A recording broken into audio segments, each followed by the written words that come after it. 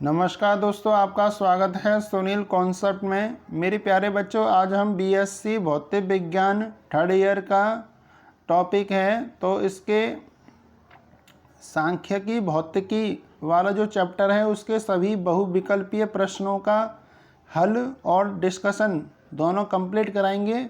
तो वीडियो को अंत तक देखें जिससे कि आपके 3-4 नंबर कंप्लीट हो सकें इस वीडियो से।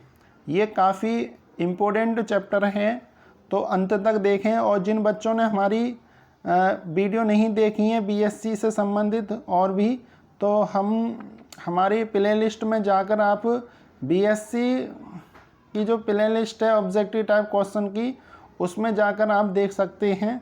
चलिए शुरू करते हैं।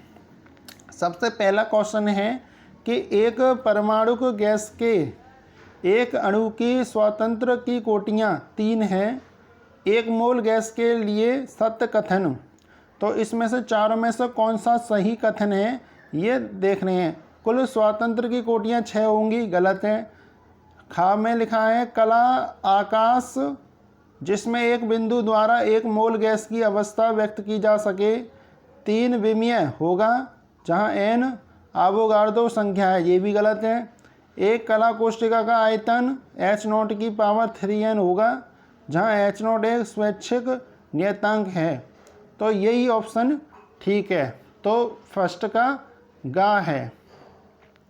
फिर सेकंड क्वेश्चन की बात करते हैं। तो कला आकाश में एक अकेले कण के निर्देशांकों की संख्या होती है। तो एक अकेले कण के निर्देशांकों की जो संख्या होती है वो कितनी होती है? 6 होती है। और ये कह रहे हैं फिर अगले क्वेश्चन में है आपका कि तीसरे क्वेश्चन में कि षटविमीय कला आकाश में मूल कोष्ठिका का आयतन होता है। तो मूल कोष्ठिका का जो आयतन होता है h0 का Q होता है। क्वेश्चन नंबर 4 की बात करेंगे। द्विविमीय कला आकाश में एक विमीय 2 लित्र को प्रदर्शित किया जा सकता है। तो एक विमीय 2 लित्र को जो प्रदर्शित किया जा सकता है एक दीर्घ वृत्त द्वारा। किस वृत्त द्वारा? एक दीर्घ वृत्त द्वारा। तो घा होगा इसका। फिर है क्वेश्चन नंबर 5 में चिरसम्मत स्थूल स्तरीय निकाय स्वतंत्र की कोटियाँ 3 के लिए ऊर्जा अवस्थाएं E तथा E+DE के अंतर्गत अभिगम्य सूक्ष्म अवस्थाओं की संख्या ओम अनुक्रमपाती होती है। तो किसके अनुक्रमपाती होती है ये पूछा है। तो आगे बढ़ते हैं। तो ये 4 ऑप्शन है, चारों में से कौन सा ठीक है? तो यहाँ में ई में है e की पावर 1/2 और खा में है ई और e-3 e की पावर -1। तो कौन सा होगा इसमें? तो ये होगा e की पावर 1/2। फिर है क्वेश्चन नंबर 6 बीटा पैरामीटर होता है। तो जो बीटा पैरामीटर होता है वो होता है del/del log e ओम। फिर बीटा पैरामीटर परिभाषित होता है। तो बीटा पैरामीटर जब परिभाषित होता है बीटा बराबर 1/kT होता है। तो इसका क्या होगा? फिर नेक्स्ट आगे बढ़ते हैं। फिर क्वेश्चन नंबर 8 की बात करेंगे। क्वेश्चन नंबर 8 में क्या लिखा हुआ है? क्वेश्चन नंबर 8 में है कथन सही है। तो कौन सा कथन ठीक है ये पूछा है। तो कौन सा कथन ठीक है? नंबर का में लिखा हुआ है का में संतुलन अवस्था में निकाय की एंट्रोपी न्यूनतम होती है। तो ये गलत है। खा में है संतुलन अवस्था में निकाय की केवल प्रायिकता अधिकतम होती है, ये भी गलत है। गा में लिखा है संतुलन अवस्था में निकाय की एंट्रोपी तथा प्रायिकता दोनों अधिकतम होती हैं। तो ये ठीक है। तो संतुलन अवस्था में क्या होता है कि इनकी एंट्रोपी और प्रायिकता दोनों ही अधिकतम होती हैं।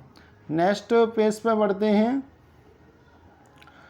और नेक्स्ट पेज बढ़ने के बाद आगे बढ़ें तो यहाँ पे लिखा हुआ है कि क्वेश्चन नंबर 9 में यदि एक गैस के अणु की ऊर्जा E तथा 2E की 2 अलग अलग ऊर्जा अवस्थाओं में पाए जाने की प्रायिकताएं क्रमशः ताप T व T0 पर बराबर हैं। तो T और T0 में संबंध पूछा है। तो संबंध जो होगा वो T0 बराबर होगा 2T के बराबर। तो गा इसका आंसर होगा। फिर है 10वां बोल्ट्जमैन का एंट्रोपी प्रायिकता संबंध क्या है? तो बोल्ट्जमैन का एंट्रोपी प्रायिकता संबंध होता है खा में S बराबर K log E W। Boltzmann विभाजन फलन Z की बात करेंगे तो बोल्ट्जमैन विभाजन फलन की बात करें तो इसमें कौन सा है, तो इसमें है सिग्मा GR e⁻के बीटा एप्सिलॉन R। तो इसका खा उत्तर ठीक होगा। फिर क्वेश्चन नंबर 12 की बात करेंगे, आदर्श गैस की एंट्रोपी S तथा विभाजक फलन Z में संबंध। तो आदर्श गैस की एंट्रोपी S तथा विभाजन फलन Z में जो संबंध होता है वो होता है S बराबर R ब्रैकेट में log E S प्लस 3/2।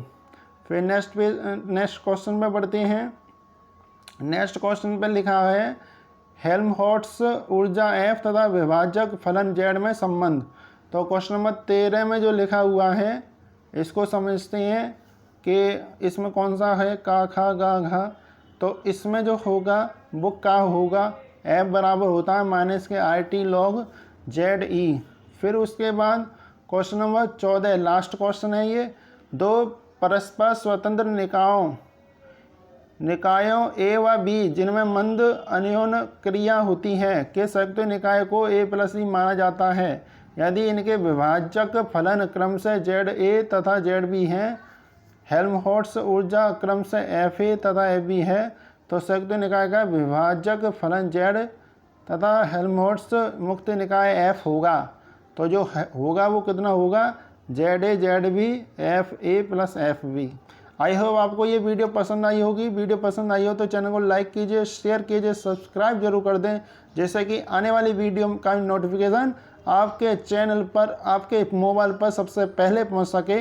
मिलते हैं एक और नेक्स्ट वीडियो के साथ। ओके, थैंक यू वीडियो देखने के लिए।